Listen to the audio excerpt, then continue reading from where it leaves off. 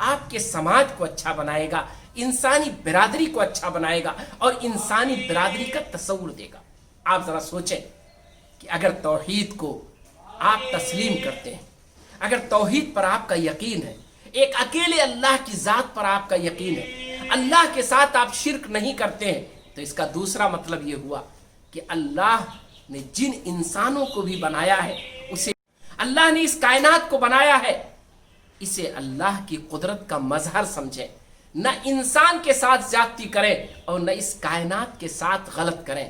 اس کائنات کے ساتھ آپ کا رویہ اس بنانے والے کی مرضی کے مطابق ہونا چاہیے. آپ ایک پھول ہے یا ایک پودا, ایک درخت ہے یا ایک پہاڑ, ایک پتھر ہے یا ایک کوئی ایسی چیز جو نباتات میں سے ہے, کسی کا بھی آپ بیجا استعمال نہیں کریں گے, کیونکہ توحید وہ آپ کے لیے وہاں رکاوٹ بنے گا.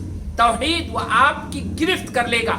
اللہ وحدانیت کا اقرار وہ آپ کو یہ سکھائے گا کہ ان تمام چیزوں کو اللہ نے ایک مقصد کے لیے پیدا کیا ہے, ایک بھلائی کی خاطر پیدا کیا ہے, ساری انسانیت کے لیے بہتری کی خاطر ان کو بنایا ہے. ان کا بیجا استعمال انسانوں کے ساتھ زیادتی ہے, ظلم ہے. ظلم کا خاتمہ یہ اللہ پر یقین کے ساتھ ہی ہو سکتا ہے.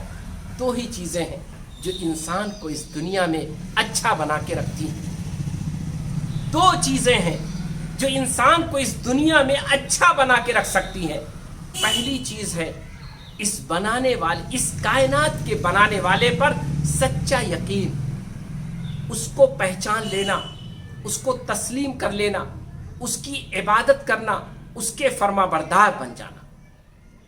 اگر ایسا ہے تو وہ انسان اچھا انسان بن سکتا ہے, کیونکہ اس کے اوپر ایک پریشر ہے, ایک دباؤ ہے, ایک نگرانی ہے, ایک اللہ کا یقین ہے.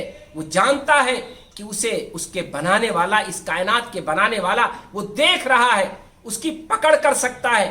اگر وہ غلط کرے گا تو اسے ناپسند ہوگا.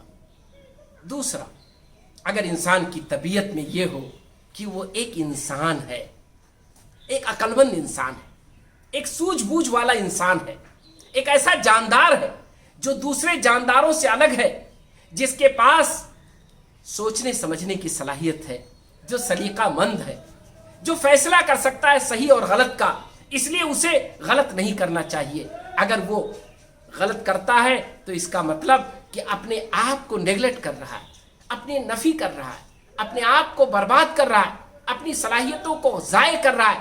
اگر آپ کو اللہ نے آنکھ دی ہے, بینائی دی ہے, آپ دیکھ سکتے ہیں, اور سامنے ایک گڑھا آ گیا, آپ اس کی پرواہ کیے بغیر اس میں گر جائیں تو آپ کتنا افسوس کریں گے.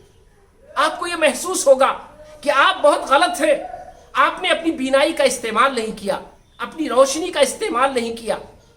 آپ اندھیرے میں نہیں تھے, آپ کے پاس روشنی بھی تھی اور دیکھنے کے لیے آنکھ بھی موجود, لیکن اس کے باوجود آپ گڑھے میں گر گئے. اس کا مطلب آپ غلط ہیں. وہ انسان جو اس درجے میں پہنچ جاتا ہے, جو اتنی اپنی تربیت کر لیتا ہے کہ ہم انسان ہیں, گرچہ وہ خالق و مالک کو نہیں مانتا ہے, اس کو نہیں جانتا ہے, گرچہ وہ توحید پرست نہیں ہے, گرچہ وہ اللہ وحدانیت کا اقرار نہیں کرتا ہے, لیکن اسے اپنے انسان ہونے کا احساس ہے, اسے اپنے سمجھدار ہونے کا احساس ہے, اسے یہ احساس ہے کہ اس میں اور جانور میں فرق ہے, اسے احساس ہے کہ اس میں اور پیڑ اور درخت میں فرق ہے, اسے یہ احساس ہے کہ اس میں اور سمندر, دریا اور پہاڑ میں فرق ہے. تو وہ انسان ایک اچھا انسان بن کے اس زندگی میں زندگی گزارتا ہے. اسے یہ محسوس ہوتا ہے کہ اگر اس کے ساتھ کوئی غلط کرتا ہے اسے برا لگتا ہے, تو وہ بھی اگر کسی کے ساتھ غلط کرے گا تو اسے برا لگے گا. انسان پر یہ انسانیت کی نگرانی اسے اچھا بنا دیتی ہے. تو انسان کو دو چیزیں اچھا بناتی تھیں, اللہ کی نگرانی کا تصور, توحید پرست ہونا, اللہ کو ماننا, اور اسی کے ساتھ ساتھ ایک دوسری چیز ہے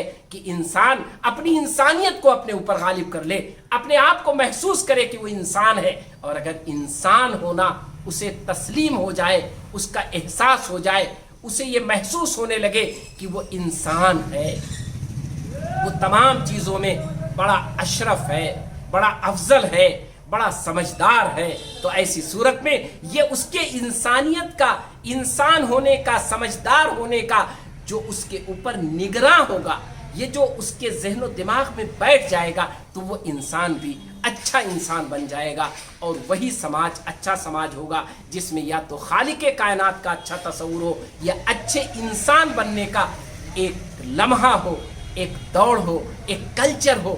سب انسان اچھے انسان بننا چاہے تو وہ سماج اچھا بن سکتا ہے. بسم اللہ الرحمن الرحیم.